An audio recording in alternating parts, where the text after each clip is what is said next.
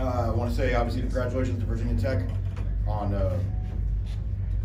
absolutely insane football game. The guys we have in our locker room right now are hurting badly, as you would expect. As a coaching staff, I can't be more proud of the effort that we play with.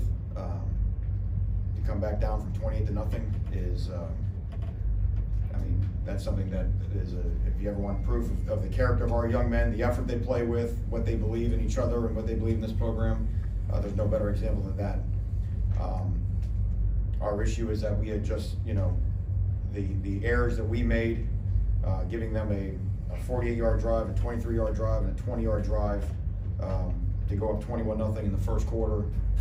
It's not complicated, you know, turnovers, where the turnovers occurred. Obviously, we continue to hurt ourselves with penalties. And then there was some red zone execution. Obviously, I thought the difference in the game was the red zone, them versus us. All that being said, again, to battle back, to have a chance to win the football game shows that we've got something special in that locker room. We got something that's worth protecting. The execution part, we had a feeling that would be something that would lag behind the effort as the season, as we got into the season. But it's time for us to look at ourselves as a staff, and we've got to do a better job of getting this execution going quicker. And obviously, we've got an outstanding opponent here. Friday night, we don't have a lot of time to lick our wounds and get ready to play here, Virginia, on Friday. So with that, I'll open for questions. Manny, can you take us through the decision to go for 2 when you're down 8?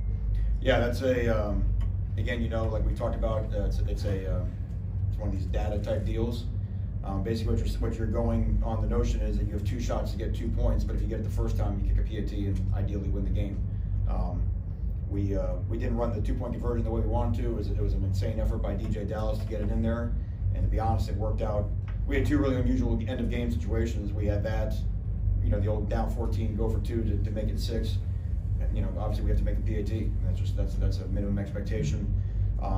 That obviously took some of the wind out of our sails. They came down, made some great throws. They got the ball inside of our 5-yard line, and we actually had to run our surrender defense, where we had to allow them to score a touchdown to give our chance to the offense to have the ball, because all they would have to do is just you know, run the ball in the middle, so they could have run all the clock out. They could have kicked a field goal and run out of the locker room 38-35 winner. So I thought we executed both of those end of game situations very well, and obviously we had a shot. You know, anytime we threw the ball in the end zone there at the end to win the game, and we completed Hail Mary. So, you know, I can't fault us in the last couple of minutes. It was obviously, again, we put ourselves in such a humongous hole in the first quarter. Manny, did you bench Jaron Williams, and is Nicosi the starting quarterback now? No, well, I mean, I don't know how you would describe a bench, but obviously we felt like the way that Jaron started the game, that we felt like Nicosi had a good chance to come in and, you know, see what was going on in there and see if he could do something like spark, because obviously Jaron was either just, you know, seeing it late or just getting the ball out late or whatever it was, and, you know, just 3 interceptions in that quick succession. So I thought Nicosi went in, and from that point on, just in this stage, gave us the best chance to win. We didn't want to do anything to wreck Jaron's confidence. We still believe in Jaron as our guy, you know what I mean? So I don't know what would change. We just felt like as this game was going on, that Nicosi gave us the best chance to win. Coach, Virginia Tech clearly dealing with some shoulder. I mean, when he came back out, he was moving the shoulder in a way that suggests there's a problem there. He was healthy enough to play today, and healthy enough to go back in if needed. Coach, in the previous 4 games, Virginia Tech looked pretty susceptible to the run. Coming into this game, did you plan on maybe running the ball more? I guess combined DJ and Cam had 8 combined carries. I know the game got out of hand, but was there a plan maybe to run the ball more? No, of course there was, but you know, you have to loosen them up because of the numbers that they play around the box. They have 8 guys standing there, 9 guys standing there based off your formation, and that's where some of the throws down the field that you look. When you play their defense, you got to be able to hit some throws against them. They dare you to do it, and that was really the story of the first quarter. We were not hitting the throws that we expected to hit. Manny, compared to last year, what has happened to the defense? We don't see as much turnover chain, and in the North Carolina game and today, 2 long pass plays with the game on the line. The turnovers, we obviously did not get a turnover today, which was a vital, you know, telling stat in winning the game. You think if you lose turnovers 4-0 and lose the game by 1 possession, you did a lot of other things right. And that's when you analyze it. You want to make sure you throw the baby out with the bathwater. But again, I thought our red zone defense wasn't very good today. But when you look at the way that the situation the defense was put in, 40 yards, 23 yards, 20 yards, you know, made it fairly difficult on them for a large stretch of the game. And then if you also have to think about the defense where, you know, when we were basically in a no margin for error situation for so long, the long pass to the tight end to number 82 was a play where we allowed ourselves to get picked. It's not a pick play, but that's part of the design. And the way that we chased the route, it was a third down and short. And again, you're playing from, in essence, from 9 minutes left in the second quarter, you're playing at no margin for error game on defense, where every third down is vital to make sure it stops. So again, you're almost in a red zone structure anywhere where you're at. So again, the fact that we got rubbed off of that is what got them down there.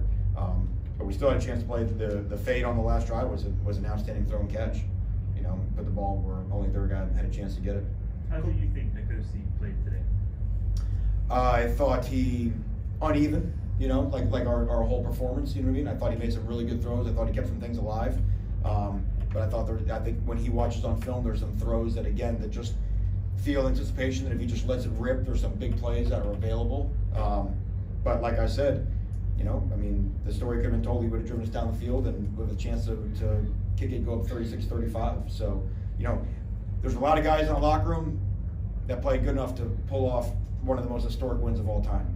And yet everybody in that locker room, coaches included, you know, made enough mistakes execution-wise to not allow us to really make us feel the way we feel right now, which is pretty awful. Manny, how tough was it to figure out much about their quarterback since really no team kind of existed before today? How much of a Yeah, but you know, I mean, that's true. But I think the way that the game went early on, and them getting separation on the scoreboard allowed them to really protect him, right? And they were able to run the ball. It took a minute to understand that third down wasn't third down for them. You know, they're running the ball on third down, doing different type of things. But you know, the play, like I mentioned during the week, you got a 4-year, you know, back and forth with these guys now. You have an understanding of what they like to run out of different formations. So I think he threw the ball better than you know. Obviously, he'd only thrown 2 throws on film, but that doesn't actually change the structure of how we're playing. Manny, you mentioned the red zone. I know this feels like a long time ago, but you guys had it there, I think, at the 4-yard line, second quarter. Threw it 4 straight times. Did you just feel like you couldn't punch it in with the running game? I guess what was sort of the idea there in that particular series? Again, it's the best stuff against what they do defensively that gives us a chance to score a touchdown. You know, so I mean, you know, I know it's always easy to go back and look at the call instead of looking at the way actually that the routes are being run and ball placement and you know the disruption of you know guys grabbing the guy, you know, just that type of stuff, just the game, right? Just the game being played. But I think in that scenario, I think we were down 28 by then. You know, so it was a situation where 3 was, you know, you didn't feel like 3 was going to do anything for us either. Let's do 2 more questions for Manny, Coach. it's just one day, obviously, but it's still a short week. How did you change anything structurally this week as far as how you go about business? A little bit. As you get into the week, the days kind of change. You know, like a Tuesday's a Wednesday and a Wednesday, you know, that type of deal. But you know, I think this is what we need. Obviously, we have a lot of respect for Virginia, and I think we need to get right back on, you know, right back on the saddle and come right back to work. And like I said, you know, the team will fight for each other, and that's not just talk, right? I mean, they put it on tape, you know, and now the question is, will they continue to do that? And they have invested a lot. You know, we've asked a lot of them, and that's why, I'm very proud of their effort. And if we just now have to look at how we can just fix our issues and our self-inflicted wounds, which, you know, are keeping us from being a good football team right now, because right now we're not. Coach, just curious, in post-game, what was the leadership like immediately after? I know it hasn't been that long, but what did you notice about, you know, the players? In the locker room? Yeah, they're stepping up. There's a lot of guys that are hurting together. There's not one negative word said from one person to another person. I'll be very honest, it's been that way all year. No one wanted our start of the season to go off like this is. But I think the guys in there, they respect what they've put into this program. They respect each other. They respect the work they put in each other. I mean, if you look at our sideline in the 4th quarter of that game, you look at a guy like DJ Dallas making a run like that, that's what breaks your heart as a coach, because you want that play to be something that people talk about for years and years to come. That should have been a comeback that should be talked about forever. And to get that close, and that's just our issue right now, you know? And it's easy to look at us and say, oh, you know, about 2 and 3 and it's not happening and whatever, but man, this is just a young team that's just learning how to get over the edge. I mean, look at the 3 losses, you know, and it's just, what is it? Do we got to get in that game? Is that just that confidence of that thing that's just going to do it? And then when it happens, and then we continue to play with the effort and the fight, like, look out. But no one's going to want to hear that right now, and I'm fine with that.